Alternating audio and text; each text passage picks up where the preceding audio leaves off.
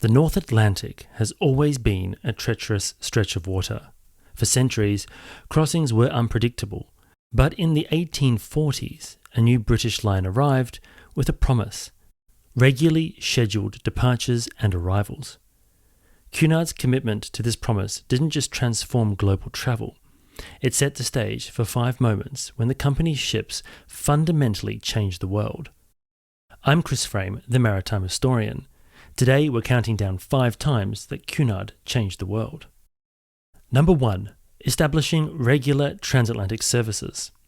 The 1840 maiden voyage of RMS Britannia marked a great step forward in terms of connectivity across the North Atlantic Ocean. Sailing ships had been plying the North Atlantic for hundreds of years. There had also been a number of steamship voyages across the North Atlantic prior to the formation of Cunard.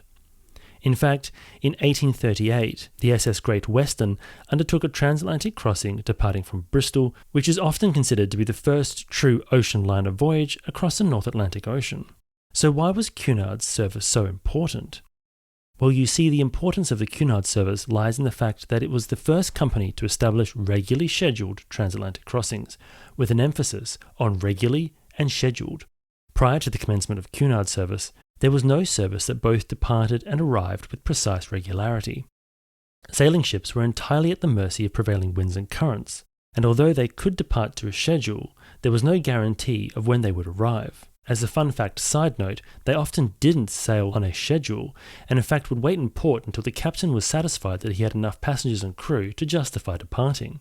The steamships that had already undertaken crossings prior to Cunard's first voyage could maintain a schedule, but weren't able to provide regular departure dates due to the scale of the line and the funds available to upscale their operations.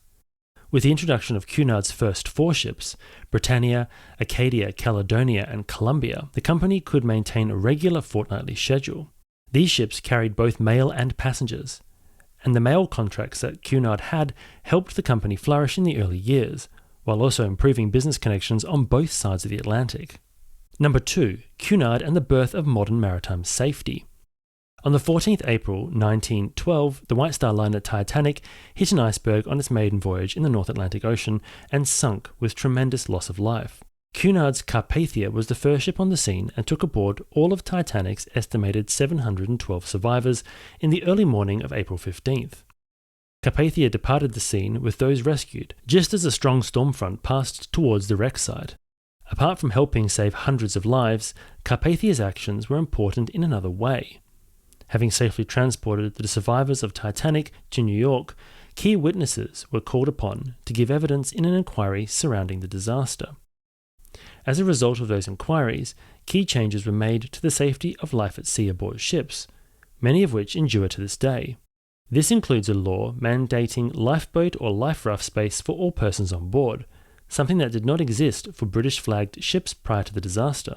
Another change was the creation of the Safety of Life at Sea Conventions, or SOLAS, which, although having been updated many times since 1912, still exists to this day and does have its origins back in the post-Titanic era.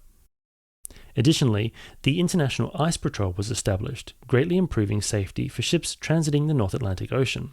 If the survivors of Titanic had not made it to New York safely, then their stories would have been lost. Carpathia's captain and her crew were widely regarded as heroes due to their actions that night. The fate of Titanic and the way in which her safety measures failed might have never been known had Carpathia not rescued the survivors, and the subsequent safety improvements may have never been implemented. Number 3. Helping establish the first continuous world cruise. This can often be a controversial topic because a number of other shipping lines have also claimed the title of having the first world cruise. But Cunard claims the title of the first continuous world cruise, based on the 1922-1923 voyage of their vessel Laconia, undertaken with just one ship, that differentiated it from other lines' claims to the title. It was run in conjunction with American Express, calling at 22 ports. And furthermore, passengers did not have to disembark and make segments by alternative travel methods such as rail. Although she didn't visit the now popular cruise destinations such as Australia and New Zealand, her voyage remains a milestone in the development of cruising. In recognition of this feat, the ship was presented with a silver cup, the Laconia Cup, which has been displayed on board QE2, the Queen Victoria, and the Queen Mary II. Number 4, perhaps the most significant one, Cunard helped shorten World War II. Winston Churchill was the one to make this particular claim during World War II. Many ships from Cunard, as well as many British shipping companies, were requisitioned for use as troop carriers and hospital ships. Amongst those requisitioned were the giant RMS Queen Mary and RMS Queen Elizabeth, the latter of which had not even entered service or undergone her building trials when the war broke out. These were two of the biggest ships in the world, and when they were converted into troop ships, they became the world's largest troop carriers, a title they still hold to this day. After their initial conversions, they were able to carry up to 10,000 people and were used to transport Australian and New Zealand troops to North Africa. However, when the United States entered the war, the Cunard Queens were given further refurbishments, allowing them to carry even more people, upwards of 15,000 per voyage.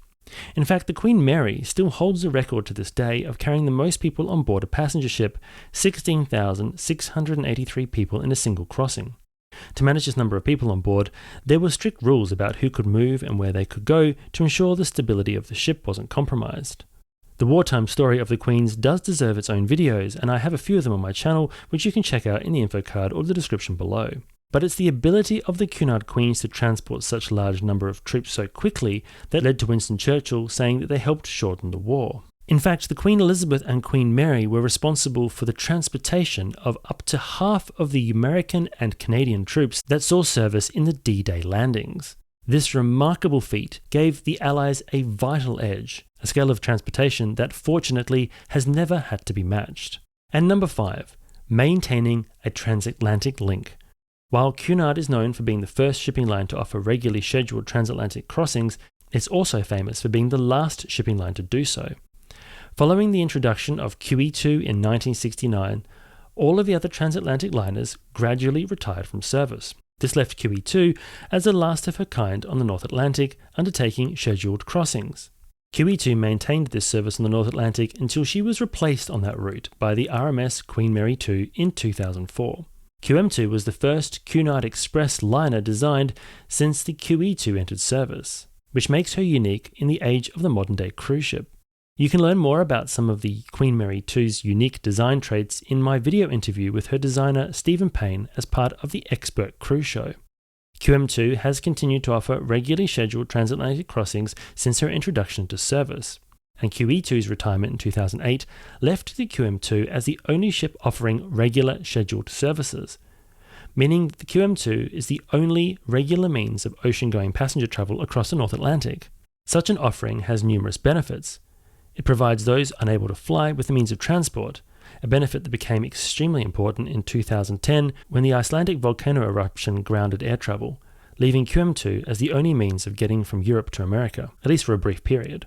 In addition, the ship's services provide a link to a bygone era, giving people an option to travel aboard an ocean liner. And following the COVID pandemic, the Queen Mary II is the only ocean liner to return to service, meaning she is definitely the last of her kind and a very special ship amongst the 300 plus large passenger ships in service today. Cunard has had a long history, and there have been so many other times when the company and its ships have made an impact on the world. So let me know what your top 5 times that Cunard changed the world would be in the comments below. If you want to know more about Cunard's history, check out my new Substack. It's full of articles about passenger shipping, and Cunard does get mentioned a number of times there. As always, a huge thank you to our channel members for your wonderful support of the channel. Your support is what helps make these videos possible. And if you enjoyed this video, please don't forget to give it a thumbs up and subscribe. Thanks so much for watching, and until next time, I hope to see you on board.